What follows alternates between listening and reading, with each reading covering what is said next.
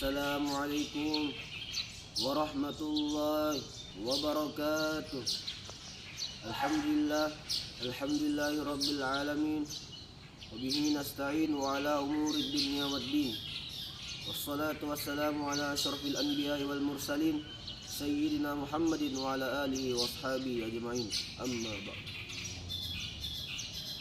Segala puji bagi Allah, Tuhan seluruh alam, yang telah menciptakan bumi tanpa fondasi, langit-langit tanpa tiang, dan planet-planet tanpa tali-tali gantungan.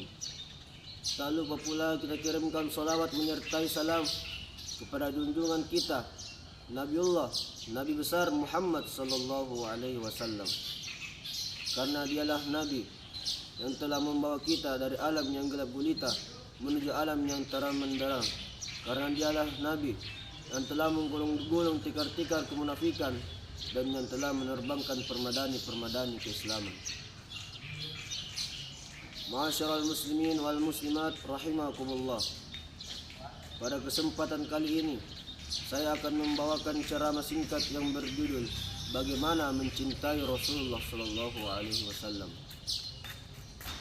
Pada setiap bulan Rabiul Awal sudah menjadi tradisi mayoritas umat Islam Indonesia untuk melaksanakan yang namanya peringatan Maulid Nabi. Kegiatan tersebut benar-benar diacarakan oleh masjid-masjid besar maupun masjid-masjid yang kecil. Pertanyaan yang terlintas dalam pikiran kita tersebut ialah, apakah peringatan tersebut benar-benar mencerminkan kecintaan kita kepada Nabiullah Muhammad sallallahu alaihi wasallam, ataukah itu hanya cinta sesaat yang sekali-kali pudar bersamaan dengan selesainya peringatan tersebut? Allah Subhanahu wa taala berfirman dalam Al-Qur'an surah Al-Imran, "Qul in kuntum tuhibbuna Allah." Katakanlah, jika kamu benar-benar mencintai Allah, fattabi'uni, ikutilah aku, yuhibbukumullah wa yaghfir lakum dzunubakum. Niscaya Allah akan mencintaimu dan mengampuni dosa-dosamu. Wallahu ghafurur rahim. Sungguh Allah Maha Pengampun lagi Maha Penyayang. Qul ati'ullaha war rasul. Katakanlah, taatilah Allah dan Rasulnya. Fa in tawallaw fa innallaha la yuhibbul kafirin. Maka sesungguhnya Allah tidak menyukai orang-orang kafir. Maksud dari firman tersebut ialah, jika kita benar-benar mencintai Rasulullah sallallahu alaihi wasallam, maka kita harus mentaati perintah-perintahnya dan menjauhi larangan-larangannya, sama dengan peraturannya Allah Subhanahu wa taala. Jika kita taati Allah dan Rasulnya, maka hidup kita akan jamin akan sukses dan lancar. Mengapa kita harus mencintai Rasulullah sallallahu alaihi wasallam, jamaah sekalian? Karena orang yang paling sibuk di hari kiamat ialah Nabiullah Muhammad sallallahu alaihi wasallam. Betapa sibuknya beliau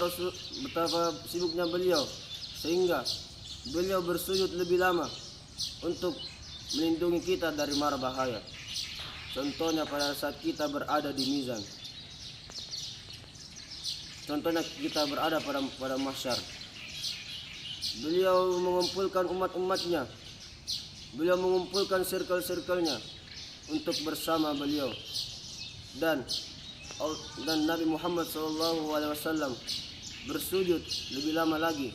Untuk apa? Untuk melindungi umatnya dari kepanasan karena matahari sejengkal dari kepala kita. Nabi SAW bersujud lebih lama.